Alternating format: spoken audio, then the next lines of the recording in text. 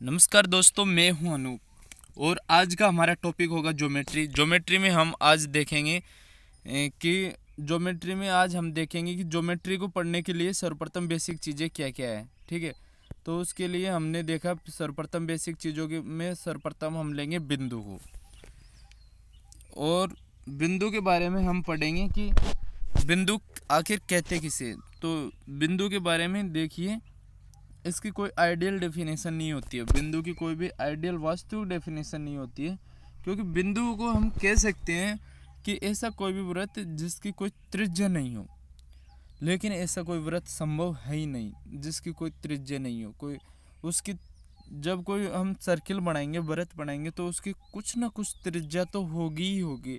Nanometre में होगी, decimetre में, माइक्रो में, कुछ में फर्मी, कुछ में तो उसकी त्रिज्या होगी ही होगी। तो ऐसा कोई भी वृत्त संभव नहीं है, लेकिन इसकी डेफिनेशन लिखने के लिए हमने कह दिया कि ऐसा कोई भी वृत्त जिसकी कोई त्रिज्या नहीं है उसे कहते हैं बिंदु, पॉइंट। ठीक है, तो पॉइंट के बारे में हमने देखा।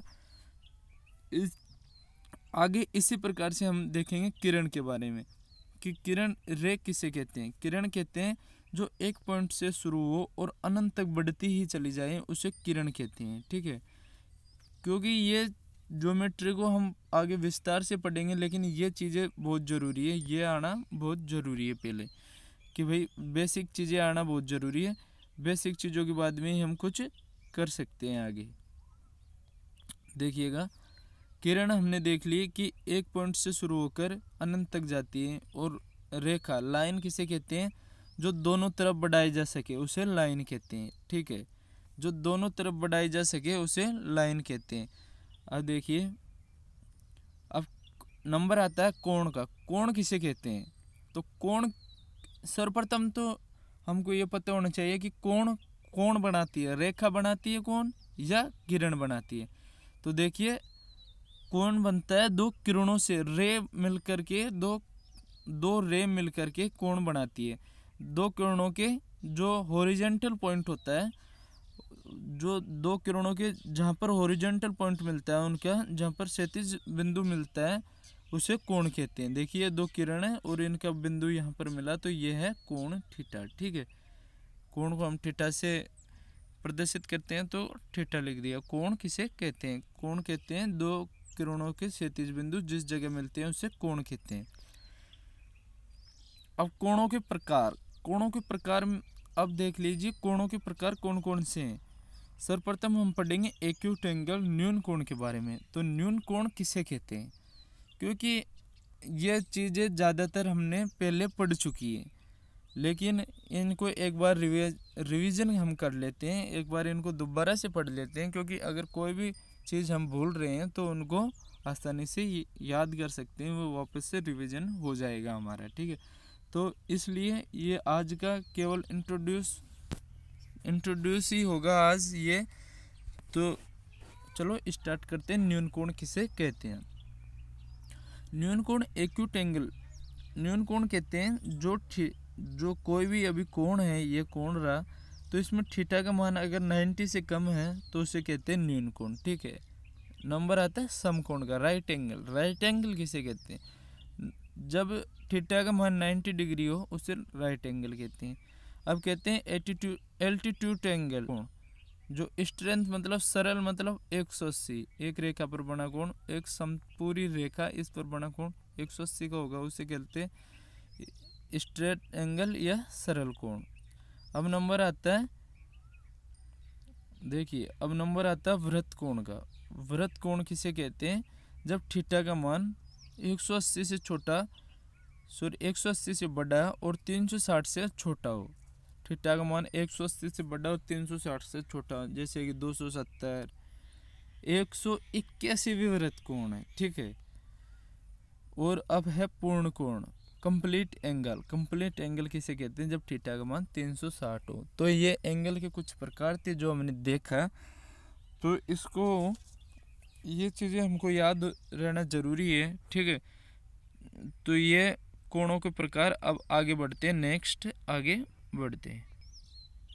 अब देखिए, अब हम पढ़ेंगे पूरक कोण के बारे में। ठीक है, कॉम्प्लीमेंट्री एंगल हमने ये पहले पढ़ रखा है, मतलब आपने पहले पढ़ रखा होगा कि कॉम्प्लीमेंट्री पूरक कोण किसे कहते हैं। लेकिन एक बार इसको देख लेते हैं कि पूरक कोण किसे कहते हैं। अभी देखिए इस चित्र में, देखिए जो डायग्राम बना रखा है इसमें देखिए ये पूरा 90 डिग्री का कोण है और इसमें से दो भाग कर दिए, एक थीटा का मान अल्फा, दूसरे थीटा का मान बीटा। तो अगर अल्फा प्लस बीटा का मान 90 डिग्री हो तो वो पूरक कोण कॉम्प्लीमेंट्री एंगल कहलाएंगे। ये एक डायग्राम में भी हो सकते हैं और अलग अलग में भी हो सकते हैं। अगर दो अलग अलग डायग्राम में दोनों का योग, एक का 30, एक का 60, 45 45, अगर ऐसे हैं अल्फा और बीटा का मान 90 डिग्री है तो वो कॉम्प्लीमेंट्री एंगल कहलाते हैं। ठीक है, आई होप समझ में आया होगा कि कॉम्प्लीमेंट्री एंगल किसे कहते हैं। अब देखिए सप्लीमेंट्री एंगल, संपूरक कोण। जैसे हमने देखा था पूरक कोण में दो एंगल जुड़ के 90 डिग्री का मान अगर है तो वो है पूरक कोण, और संपूरक में दो कोण मिलकर अगर इनका थीटा का मान, दोनों थीटाओं का योग अगर 180 हो रहा है तो ये हो गया संपूरक सप्लीमेंट्री एंगल। सप्लीमेंट्री एंगल को हम लाइनर पेयर एंगल या रेखिक युग्म कोण भी कहते हैं।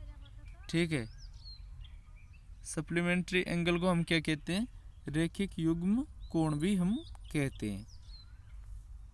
देखिए ये अलग अलग भी हो सकता है, और अगर एक लाइन में दोनों है, एक लाइन है और दो कोण बन रहे हैं इसमें, तो हम इसको रेखिक युग्म कोण या लाइनर पेयर एंगल भी कहेंगे। लेकिन ये अलग अलग भी हो सकते हैं। दो कोणों का योग अगर 180 हो रहा है तो वो सप्लीमेंट्री एंगल हैं। ठीक है, क्वेश्चंस आ गया अभी कि जैसे कि आ गया कि 30 का पहले पूछ लेगा 30 का पूरक कोण क्या है। तो 30 का पूरक, अगर हमको पूरक के बारे में पता है तो हम बता देंगे कि 30 का पूरक 60 है। और पूछ लिया जैसे कि 70 का सप्लीमेंट्री एंगल क्या है, तो सप्लीमेंट्री एंगल क्या है, तो 180 योग होता है दोनों का। तो सप्लीमेंट्री एंगल तो अगर 70 दे रखा है, 70 दे रखा है हमको, तो उसका सप्लीमेंट्री एंगल क्या होगा, 180 माइनस 70 110 उसका सप्लीमेंट्री एंगल हो जाएगा। इस प्रकार से हमको क्वेश्चंस बन सकते हैं। नेक्स्ट चलो आगे बढ़ते हैं। अब देखिए कोणों के प्रकार ही आज हम पढ़ रहे हैं। आज केवल बेसिक क्लास है हमारी। तो अभी तक आपने अगर चैनल को सब्सक्राइब नहीं किया तो प्लीज़ सब्सक्राइब कर दीजिए और वीडियो को लाइक कर दीजिए अगर पसंद आए तो। ठीक है, शीर्षोन्मुख कोण। शीर्षोन्मुख कोण के बारे में हम पढ़ेंगे। शीर्षोन्मुख कोण किसे कहते हैं। देखिए डायग्राम को देखिए, ये दो रेखाएं हैं जो आपस में काट रही है। ठीक है, तो ऊपर का कोण और नीचे का कोण, आमने सामने के कोण को शीर्षोन्मुख, शीर्ष अभिमुख, मतलब जिसके शीर्ष एक दूसरे के विपरीत हो। ये इसका शीर्ष क्या है, इसका शीर्ष आमने सामने, शीर्षोन्मुख आमने सामने के कोण जब दो लाइन एक दूसरे को काटती है तो आमने सामने के बने कोण शीर्षोन्मुख कोण कहलाते हैं और ये आपस में बराबर होते हैं। ठीक है, अब देखिए क्रॉसपोंडिंग एंगल। क्रॉसपोंडिंग एंगल संगत कोण किसे कहते हैं। संगत कोण कहते हैं कि जब दो समांतर रेखाएं जब दो समांतर रेखाओं को एक तिर्यक रेखा काटती है। ठीक है, जब दो समांतर रेखाओं को एक तिर्यक रेखा काटती है और उसकी रेखाओं, दो समांतर रेखाओं के एक ही ओर बने कोण क्रॉसपोंडिंग एंगल या संगत कोण कहलाते हैं। दो समांतर रेखा ये रही, इसको मान लो ए बी और सी डी दो समांतर रेखाएं हैं। तो इसके एक ही ओर बने कोण, मतलब एक ही ओर का मतलब जैसे ऊपर ये रेखा के ऊपर 1 है तो इस रेखा के ऊपर जस्ट इसी साइड में 5 है, तो 1 के बराबर 5 हो गया। यहाँ 2 है तो इसी साइड में देखेंगे ये रेखा के ऊपर 6 है तो 2 के बराबर 6 हो गया। नीचे 4 है तो नीचे 8 है, ये 3 7, ये हो गया क्रॉसपोंडिंग एंगल, संगत कोण। और संगत कोण आपस में बराबर होते हैं। ठीक है, अब हम पढ़ रहे हैं एकांतर कोण। एकांतर कोण किसे कहते हैं। देखिए जब दो समांतर रेखाओं को एक तिर्यक रेखा काटती है तो बनने वाले जेड की आकृति के कोण एकांतर कोण कहलाते हैं। देखिए दोबारा आराम से, बनने वाले जेड की आकृति के कोण एकांतर कोण। तो जेड की आकृति देखिए इसमें ये बन रही है, तो 4 के बराबर 5 हो गया और एक उल्टा जेड भी बन रहा है 3 के बराबर 6 हो गया। ठीक है, तो एकांतर कोण हो गया है। दोबारा देख लीजिए, एक उल्टा जेड किस प्रकार से बना, ये रहा, ये 3 जेड के इस मुंह की तरफ, ये 6, तो ये उल्टा जेड बन रहा है, तो ये दोनों कोण भी बराबर होते हैं। अब देखिए हम पढ़ रहे हैं अंतःकोण के बारे में। तो अंतःकोण किसे कहते हैं? Interior angle. इंटीरियर एंगल किसे कहते हैं? जब दो समांतर रेखाओं की एक तिर्यक रेखा काटती है तो समांतर रेखाओं के एक ही ओर, मतलब ये तिर्यक रेखा है और ये समांतर रेखाओं के एक ही ओर बढ़ने वाले, जैसे 3 और 5, 4 और 6, ये होते हैं इंटीरियर एंगल। और इनका सम 180 डिग्री होता है। ये फिक्स है, इनका सम 180 डिग्री ही होता है। ठीक है, तो हमको ये चीज़ें याद रखनी है। नेक्स्ट आगे बढ़ते हैं। अब हमारी वास्तविक ज्योमेट्री शुरू होती है कि ज्योमेट्री में, वास्तविक ज्योमेट्री तो क्या, अब ज्योमेट्री में हम ट्रायंगल को शुरू करते हैं। ठीक है, ट्रायंगल किसे कहते हैं? तो ट्रायंगल को शुरू करते हैं ज्योमेट्री में हम। ट्रायंगल किसे कहते हैं? ट्रायंगल कहते हैं 3 भुजाओं से घिरी बंद आकृति त्रिभुज कहलाती है। 3 भुजाओं से घिरी समतल बंद आकृति त्रिभुज कहलाती है। ठीक है, ट्रायंगल। अब अगर 4 भुजा हैं तो वो चतुर्भुज होगी। ये फिक्स है कि त्रिभुज में 3 ही भुजा होती है। अब देखिए त्रिभुज के तीनों कोणों का योग। अब त्रिभुज की कुछ बातें हैं, कुछ इसकी थ्योरीज हैं, उनको हम विस्तार से देखेंगे। त्रिभुज एक बहुत बड़ा टॉपिक है ज्योमेट्री में। उसके जो भी सर्किल्स हैं, ऑर्थो सेंटर, जो भी इन सेंटर, सरकम सेंटर, इन सब के बारे में हम विस्तार से पढ़ेंगे। लेकिन कुछ इसकी कुछ बेसिक चीज़ें हैं वो देख लेते हैं कि त्रिभुज के तीनों कोणों का योग 180 डिग्री होता है। सबको पता है त्रिभुज के तीनों कोणों का योग 180 डिग्री होता है। लेकिन क्या आपको पता है कि त्रिभुज के तीनों कोणों का योग 180 डिग्री क्यों होता है? तो देख लीजिए क्यों होता है। देखिए हमने ABC एक त्रिभुज ड्रॉ किया। ABC एक त्रिभुज हमने ड्रॉ किया और त्रिभुज में इन रेखाओं को BC को भी बढ़ा दिया और BC के समांतर एक रेखा ऊपर खींच दी। ऐसे होती हुई BC के समांतर हमने एक रेखा और खींच दी। ठीक है, अब देखिए अगर ये Z की आकृति बन रही है, ये बन रही, तो अगर ये C है तो ये भी C होगा। ये इधर भी बन रही है, ये B है तो ये भी B होगा। अभी पढ़ा है अल्टरनेट एंगल, एकांतर कोण हमेशा बराबर होते हैं। तो ये B हो गया है, ये C हो गया है और ये कोण A है। और हम जानते हैं कि एक ही रेखा पर बने कोण, सरल कोण का योग 180 डिग्री होता है, जो कि हमने अभी 2-5 मिनट पहले पढ़ा था। तो इसलिए एक कोण B + C का मान 180 डिग्री आ गया। त्रिभुज के तीनों कोणों का योग 180 डिग्री क्यों होता है, क्या समझ में आया? ठीक है, तो इसीलिए त्रिभुज के तीनों कोणों का योग 180 डिग्री होता है। अब देख लीजिए इसके कुछ पॉइंट और है कि त्रिभुज के बाह्य कोण अंतःमुख कोणों के बराबर होते हैं। तो एक बार तो आप खुद ट्राई कीजिए कि त्रिभुज के बाह्य कोण त्रिभुज के अंतःमुख कोणों के योग के बराबर होता है। त्रिभुज का बाह्य कोण क्यों होता है, इसको हमको देखना जरूरी है। देखिए त्रिभुज ABC हमने ड्रॉ किया है, कोण A, ये कोण B और ये कोण C। तो कोण C कितना बचा? कोण C का मान, त्रिभुज के तीनों कोणों का योग 180, तो इसको क्या C को हम 180 - A + B लिख सकते हैं क्योंकि 180 में से अगर A + B को माइनस करेंगे तो C का मान आ जाएगा। ठीक है, अब ये बाह्य कोण हमने अल्फा ड्रॉ कर दिया। तो हमको पता है कि जो C है और अल्फा है उनका मान 180 डिग्री होता है, क्योंकि सरल रेखा पर बने कोणों का योग 180 डिग्री। C का मान हमने यहाँ से पुट किया है, इस जगह से C का मान ये पुट कर दिया और अल्फा को लिख दिया। ठीक है, 180 इसके नीचे लिख दिए। अब देखिए,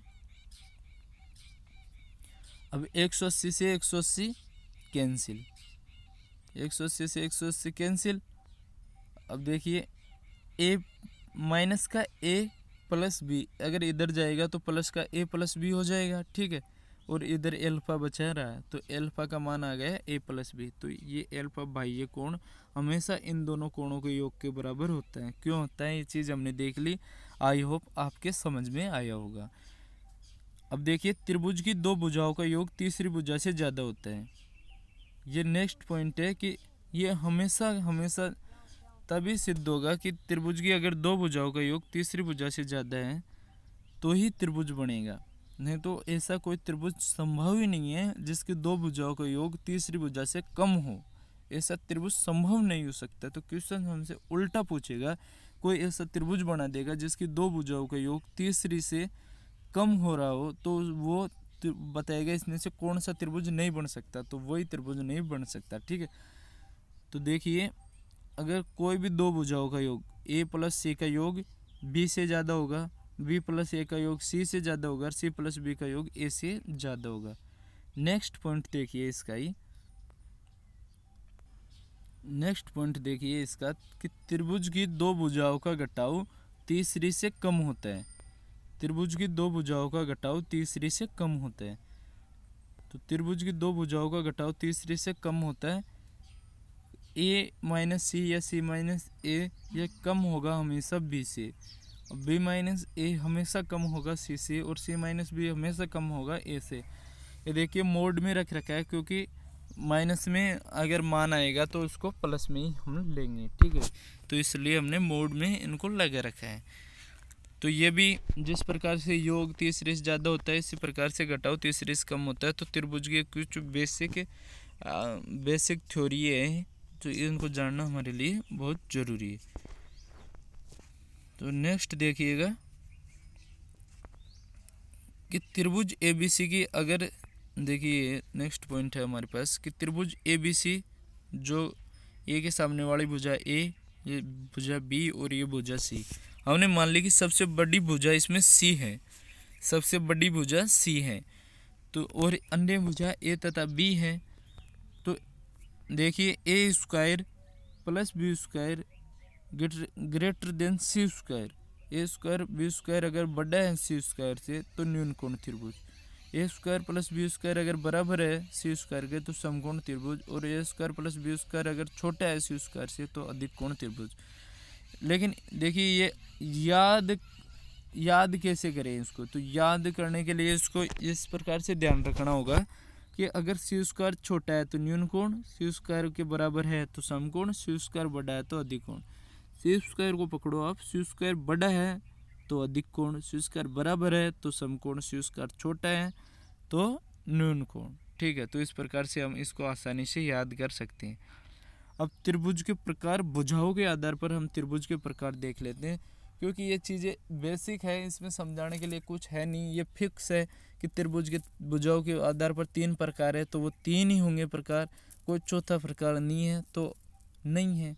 अब देख लीजिए कि त्रिभुज के प्रकार भुजाओं के आधार पर, पहला है स्केलेन ट्रायंगल विषमबाहु त्रिभुज, वह त्रिभुज जिसकी तीनों भुजाओं की लंबाई अलग अलग हो। तो अगर भुजाओं की लंबाई अलग अलग है तो कोणों का मान भी अलग अलग होगा, ये फिक्स है। अगर कोणों का मान अलग अलग है तो भुजाओं की लंबाई भी अलग अलग ही होंगी। ठीक है, तो वह त्रिभुज जिसकी तीनों भुजा तथा तीनों कोणों का मान अलग अलग हो विषमबाहु त्रिभुज कहलाता है। अब देखिए समद्विबाहु त्रिभुज, वह त्रिभुज जिसकी दो भुजाएं बराबर हो तथा दो कोण बराबर हो समद्विबाहु त्रिभुज कहलाता है। ये त्रिभुज ABC हैं, इसमें भुजा C भुजा B के बराबर है, तो इनके सामने वाला कोण, ये कोण और ये कोण भी बराबर होगा, B के सामने का कोण और C के सामने का कोण भी बराबर होगा, तो इसे कहते हैं आइसोसेलेस ट्रायंगल, समद्विबाहु त्रिभुज। ठीक है, नेक्स्ट आगे बढ़ते हैं। आगे देखिए समबाहु त्रिभुज, वह त्रिभुज जिसकी प्रत्येक भुजा समान हो तथा प्रत्येक कोण 60 डिग्री हो समबाहु त्रिभुज कहलाता है। समबाहु त्रिभुज किसे कहते हैं, जिसकी तीनों भुजाएं और तीनों कोण 60 डिग्री के हों। अगर तीनों कोण आप कितना ही बड़ा त्रिभुज बना लीजिए, उनके तीनों कोण अगर 60 डिग्री के हैं तो वो उनकी तीनों भुजा भी बराबर होंगी और वो समबाहु त्रिभुज कहलाएगा। अब कोणों के आधार पर ये देखें, हमने भुजाओं के आधार पर त्रिभुज, अब देखिए कोणों के आधार पर हम त्रिभुजों को देख लेते हैं कि कोणों के आधार पर त्रिभुज कितने प्रकार के होते हैं। तो कोणों के आधार पर भी त्रिभुज 3 प्रकार के होते हैं, न्यून कोण त्रिभुज, समकोण त्रिभुज और अधिक कोण त्रिभुज। न्यून कोण त्रिभुज ऐसा त्रिभुज जिसके तीनों कोण 90 डिग्री से कम हो, न्यून कोण त्रिभुज कहलाता है। ऐसा त्रिभुज जिसके तीनों कोण 90 डिग्री से कम हो, न्यून कोण त्रिभुज कहलाता है। समकोण त्रिभुज ऐसा त्रिभुज जिसका एक कोण समकोण हो, ये रहा समकोण त्रिभुज, एक कोण 90 डिग्री हो, समकोण त्रिभुज कहलाएंगे। बाकी दो 90 होंगे, बाकी दो का योग भी 90 होगा, ठीक है। तो इसे कहते हैं समकोण त्रिभुज। और अधिक कोण त्रिभुज ऐसा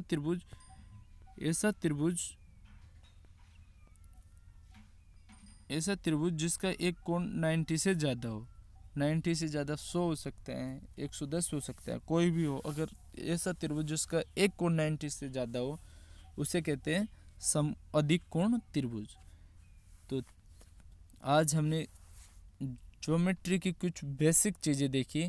कल से हम इसके कुछ इम्पोर्टेंट जो भी इसके सेंटर है ट्रायंगल की वो स्टार्ट कर देंगे। तो वीडियो को पूरा देखने के लिए थैंक यू। आई होप कुछ समझ में आया होगा, कुछ सीखने को मिला ही होगा। तो अगर वीडियो अच्छी लगी तो प्लीज़ वीडियो को लाइक कर दीजिए और चैनल को सब्सक्राइब कर दीजिए। Thank you, bye bye, take care. मिलते हैं नेक्स्ट वीडियो में।